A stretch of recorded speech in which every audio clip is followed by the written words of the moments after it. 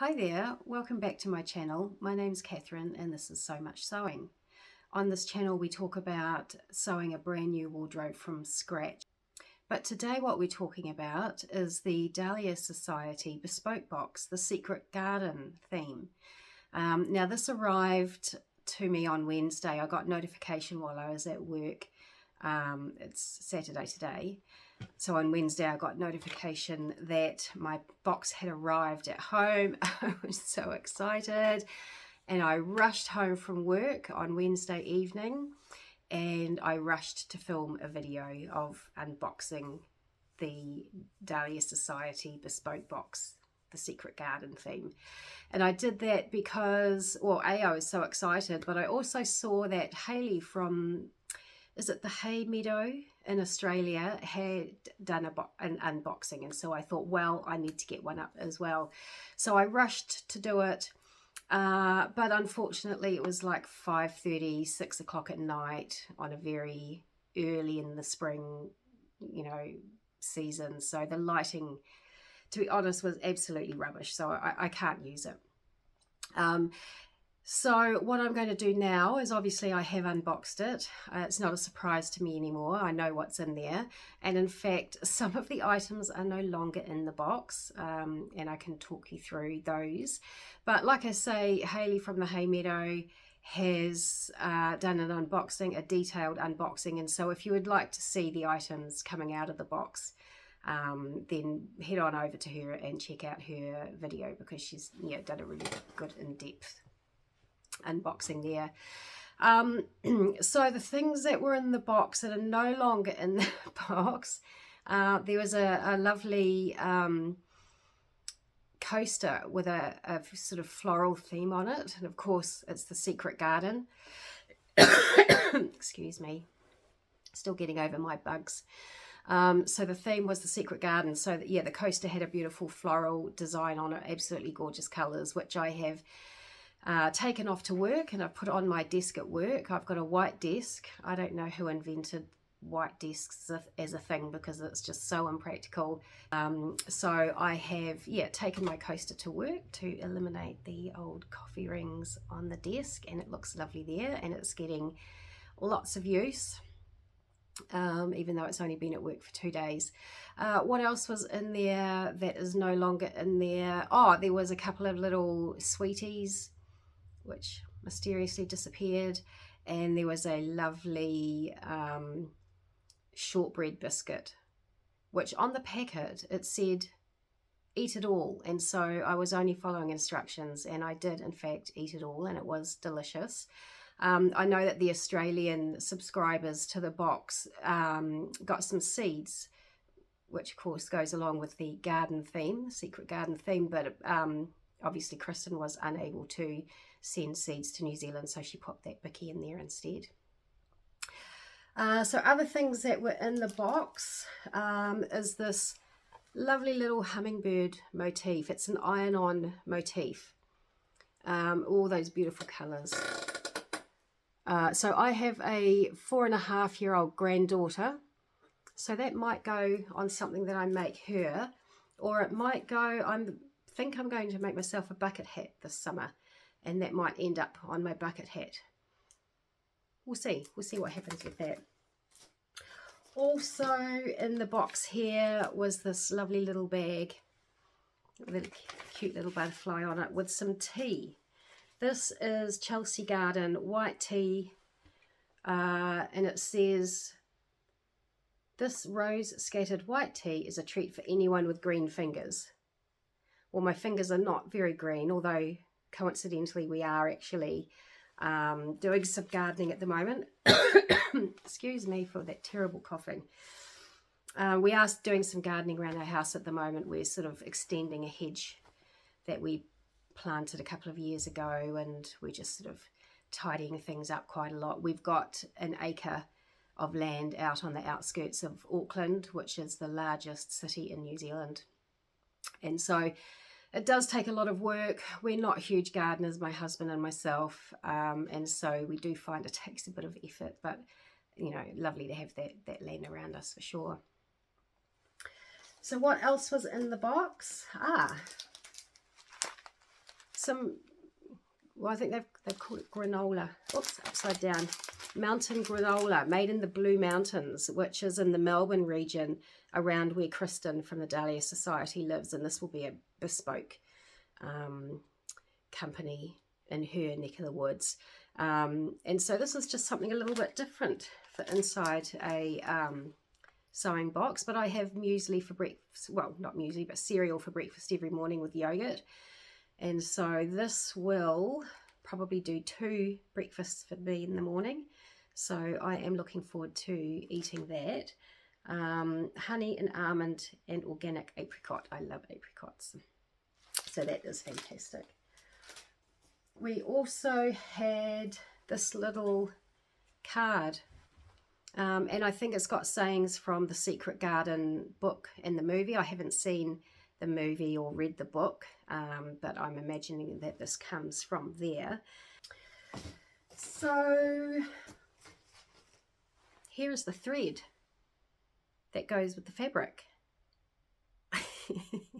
Isn't that an amazing colour? Absolutely amazing. Now I have actually washed this fabric and dried it in the dryer. I like to treat my fabric mean before I actually make anything out of it, and that way I know that it's, if I dried it in the dryer, it's not going to shrink anymore as I wear it and wash it. Washing my garments, I don't actually dry them in the dryer. I only do that with the fabric at the start just to make sure it's pretty bulletproof. I do dry my clothes, I hang them to dry, but I feel like this is just a little bit of an insurance policy to keep the fabric in good nick. Oh, I've just remembered something. Where is it? I have oh, here we go. No, we don't. I've temporarily lost it. Oh, which I'm sad about. There was a little label, of course, in the box as well. I must have stashed that somewhere, so if I find that, I'll put a little picture of it in here as well. But yes, this fabric, so going back to the fabric, I've washed it and it's just come up so beautifully soft, and it's drapey. I mean, look at this. Secret Garden, absolutely very appropriate. Look at that. Look at the beautiful colours. This is, I don't know how well the colour is actually coming out on camera. It's a very, it's sort of a smoky greeny colour. I don't know how to describe it. I wouldn't know what kind of a green it is, but it is very, very totally spring-like with all those beautiful pinks, salmon, a bit of orange there. Very large scale print.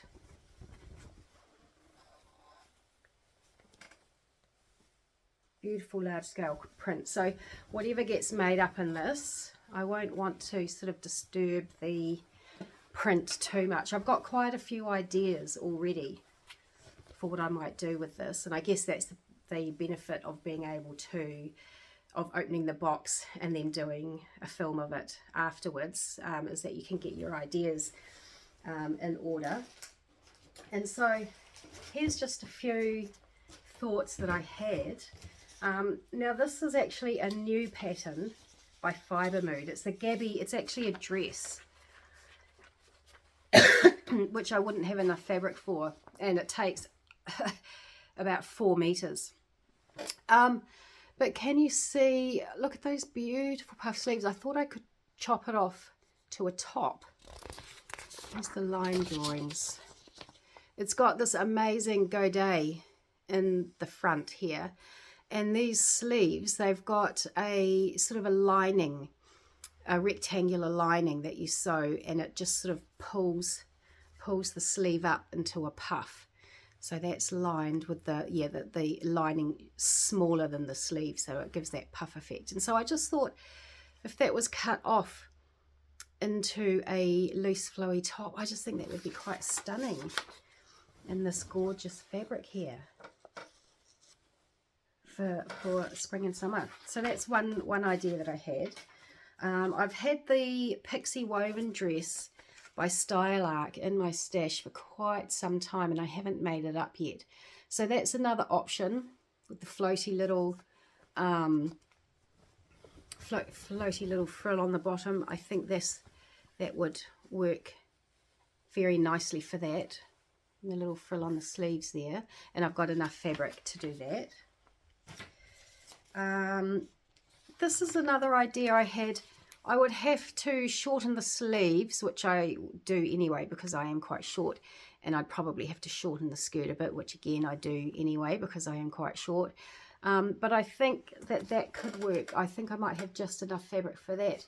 And that's the Naomi dress from Style Arc. It is probably not coming out too well on the camera, is it?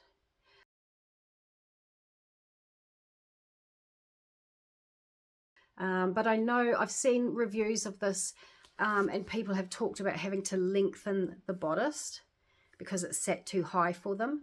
But I think that's probably actually going to be quite perfect for me because, as I keep saying, I'm short, and so I like a high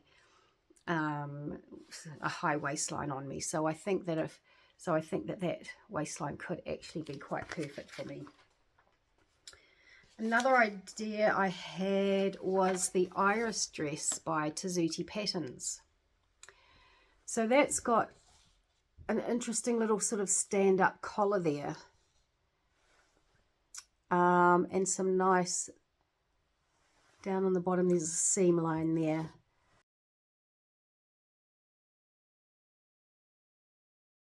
It's because it's a dark colour, it's probably not showing terribly well. And I haven't got the line drawings with me. If I can find some line drawings, I'll try and pop a picture in. I'm still having trouble with the picture-in-picture scenario, but I have found that I can cut away and put pictures in, so I'll try and do that if I can. This is another Style Arc pattern that I've had in my stash for a long time. Part of the Secret Garden box is that you get a discount code for the poppy blouse from Pattern Scout, which I have been looking at. I think that's a lovely, lovely sort of loose fitting drapey summery top. But I think this is actually quite similar. Quite similar, well, in the front anyway, although at the back it's the gathering sits lower. And so I have enough fabric for this, and I think that could be nice also. Yeah, not sure about that one.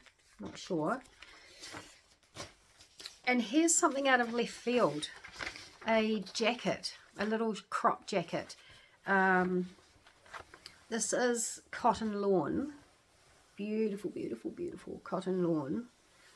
So there isn't a lot of, I think it might just have enough structure for a loose crop jacket, and I think that would be quite different. I think that would be quite a fun item.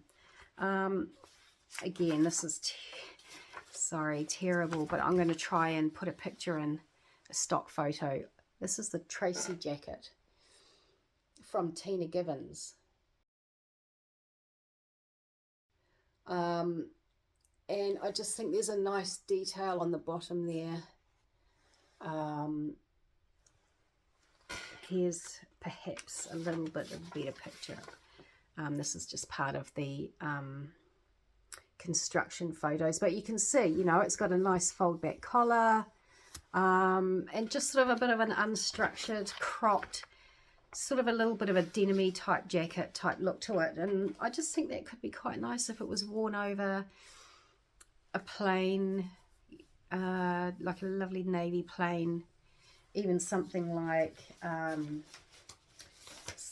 this, worn over something like this. I think that could be quite an interesting look. And there's two more ideas I would like to show you. The first one is the Georgia dress from Seamwork.